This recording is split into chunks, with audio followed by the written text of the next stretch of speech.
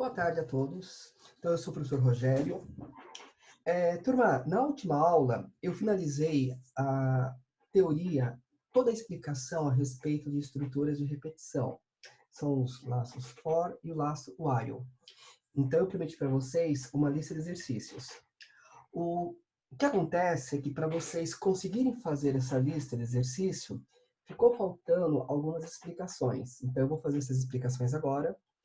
E vou resolver o primeiro exercício dessa lista para que vocês possam dar sequência à resolução dos outros. O que ficou faltando explicar para vocês? O que eu já tenho aqui na tela, que vocês estão enxergando aqui, um método chamado de equals. Então, esse método equals, ele é um método da classe string e a sua função é comparar strings. Até o momento, nós temos utilizado para fazer comparações operadores relacionais. Porém, os operadores relacionais, eles só fazem comparações entre tipos primitivos. Então, se eu tenho variáveis do tipo primitivo, para poder fazer comparações entre essas variáveis, ou entre o valor de uma variável primitiva e uma constante, eu utilizo os operadores relacionais. Agora, no caso uma string, ela não é um tipo primitivo, ela é um tipo complexo, é uma classe. Então, para eu poder fazer comparação entre strings, eu não posso utilizar operadores relacionais. Nós utilizamos um método chamado de equals. E eu vou estar demonstrando para vocês na resolução do primeiro exercício. Outra coisa que vocês precisam saber a respeito do comando break. O comando break, ele serve para quebrar um laço. Seja lá o laço for, seja o laço while, se em algum momento eu quiser forçar a finalização de um laço desse qualquer, eu vou utilizar o comando break. Bom, e para poder demonstrar esses dois elementos, eu vou na verdade, eu vou fazer o primeiro exercício da lista de exercícios que eu vou estar passando para vocês. Deixa eu pegar aqui o primeiro exemplo. Aqui, turma, então, essa é a lista de exercício que vocês vão fazer agora. E o exercício 1, ele fala assim: para o exercício do par ímpar, que nós já fizemos, inclusive algumas vezes, né, deve-se adicionar código ao final da execução do programa, perguntando se o usuário deseja continuar. Se afirmativo, é para ser repetido o código. Então, demonstrando isso na forma de execução, eu tenho aqui um exemplo que eu já fiz, Java par ímpar 3. Então, informe um número qualquer, por exemplo, 45. 45 é ímpar. Continuar, sim ou não? Se eu digito sim, o programa é repetido novamente e solicitado que eu digite um novo número. Um outro número qualquer aqui, está informando que o seu número é ímpar. Continuar, se eu digito sim, quer dizer, enquanto eu ficar digitando sim, esse programa vai ser repetido.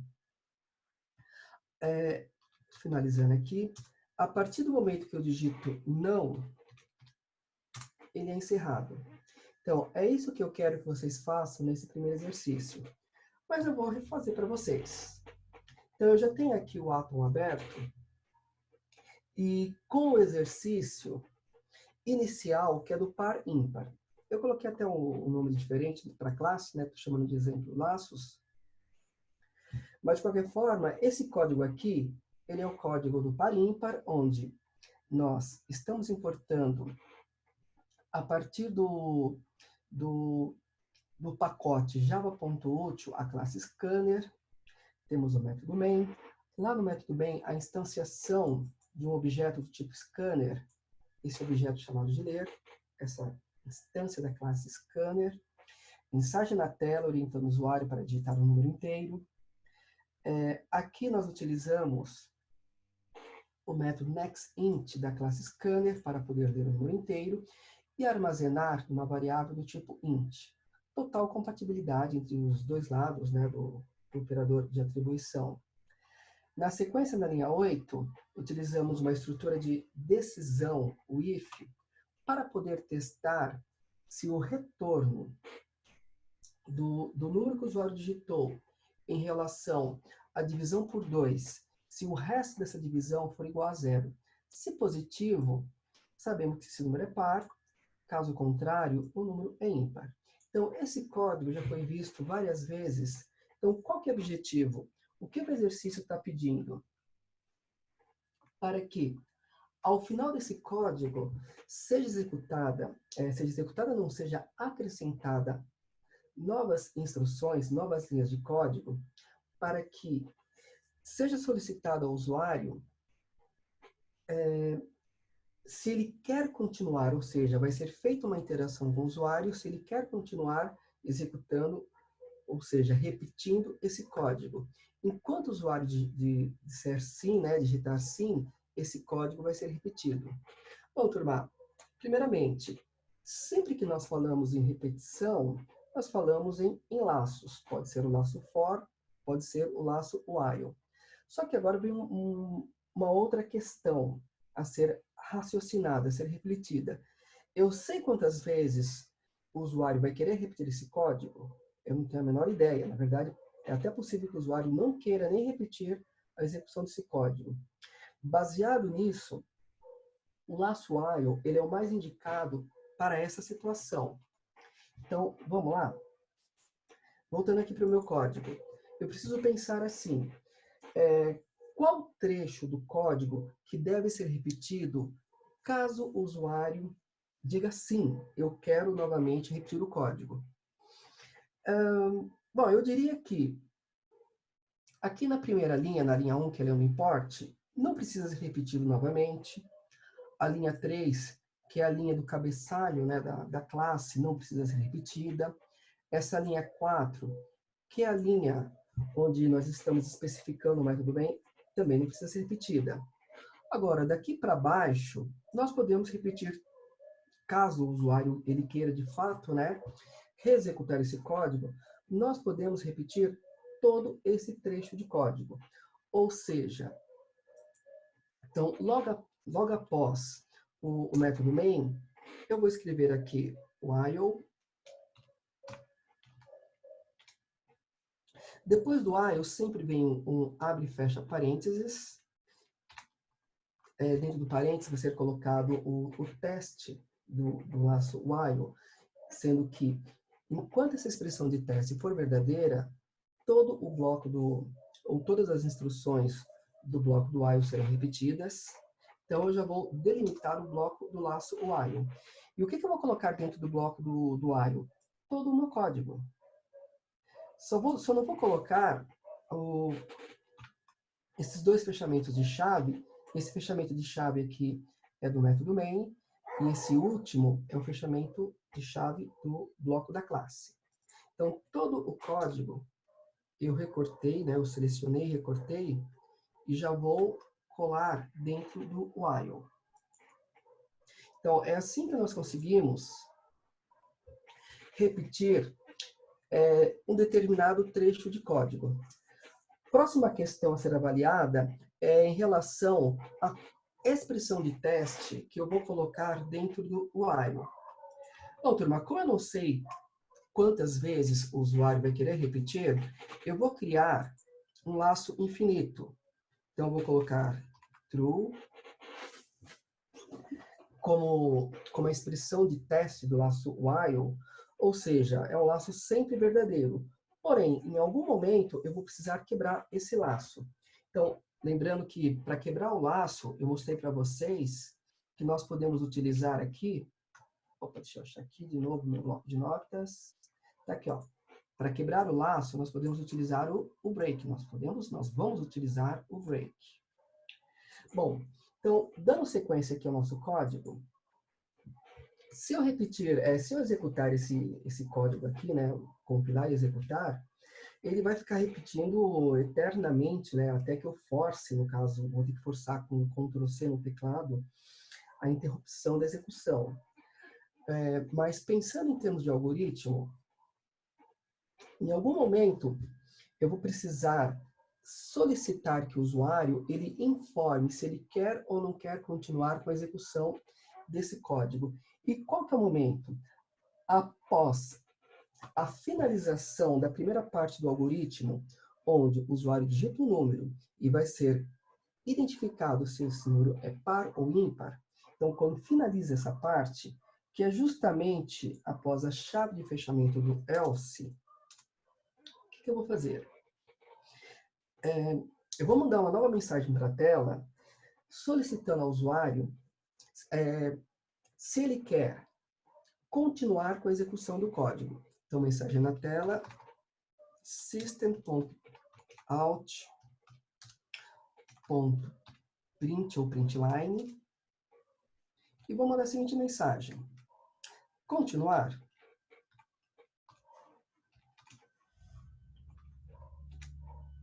E vou escrever assim, ó, sim barra não. Dando a entender que, se o usuário quiser continuar com a execução do nosso algoritmo, ele vai digitar sim. Caso contrário, ele vai digitar não. Na sequência, eu preciso ler, né, o que o usuário digitar. Bom, nós já temos aqui o objeto ler, que é uma instância da classe scanner, então eu vou utilizá-lo. Só que, para tanto, eu preciso criar uma nova string para guardar a informação lida do teclado. Ou criar uma nova variável, né, uma variável do tipo string. Então, eu vou chamar essa variável de opção. Então, string opção, ela recebe o quê? O que retornar a partir do método ler, sendo feita a chamada ao next.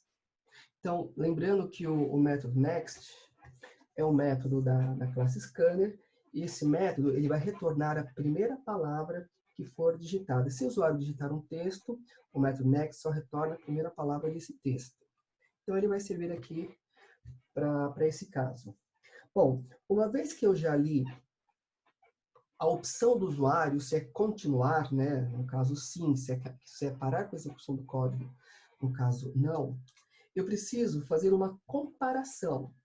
Então, naturalmente, para fazer uma comparação, eu preciso de uma estrutura de decisão, que é o if, e dentro do parênteses do if, eu vou entrar com um teste lógico.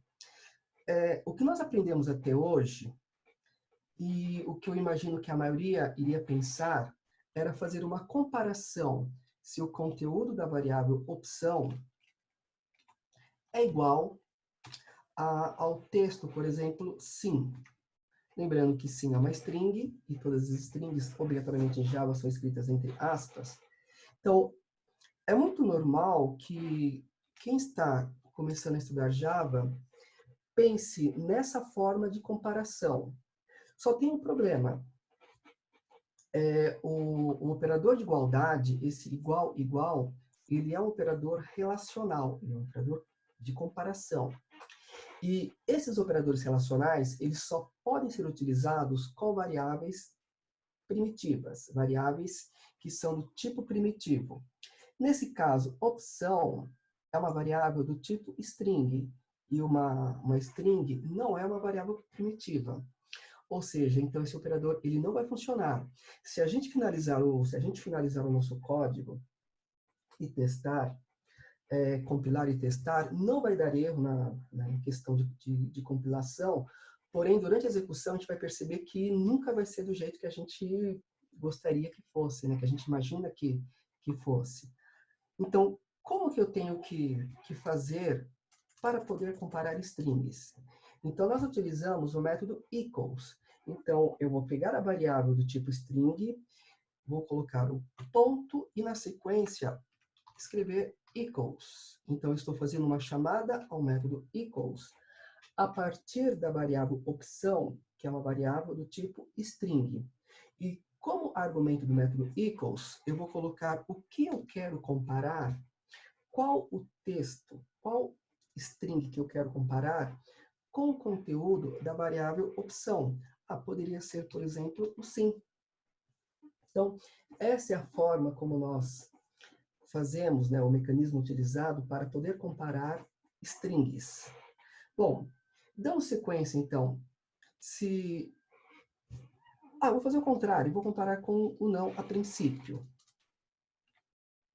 Então, se o que o usuário digitou foi não, essa palavra vai estar armazenada na variável opção. Utilizando-se o método equals, será comparado o conteúdo da variável opção com esse texto não.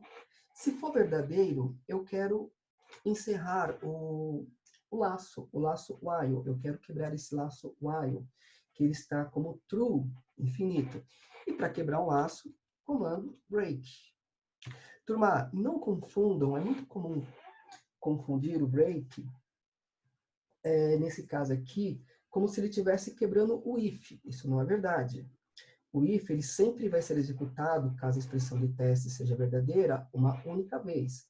O comando break, ele foi feito para quebrar um laço. Nesse caso, o que vai ser quebrado vai ser o laço while, que foi representado aqui no comecinho, logo após o método main. Então, vamos testar esse código? Então, Ctrl S para salvar. Eu vou aqui abrir um terminal. A nossa classe, deixa eu pegar o nome aqui, ó, é exemplo laços. Então, compilando, javac exemplo laços.java. Uma vez compilado, executando java exemplos, olha lá, um número inteiro qualquer, por exemplo, 45, 45 é ímpar. Continuar? Sim. Observem que, ao digitar sim, o código é repetido, ele se repete, sendo solicitado que o usuário digite um novo número inteiro, por exemplo, 75. A 75 é ímpar, continuar, vou dizer não agora.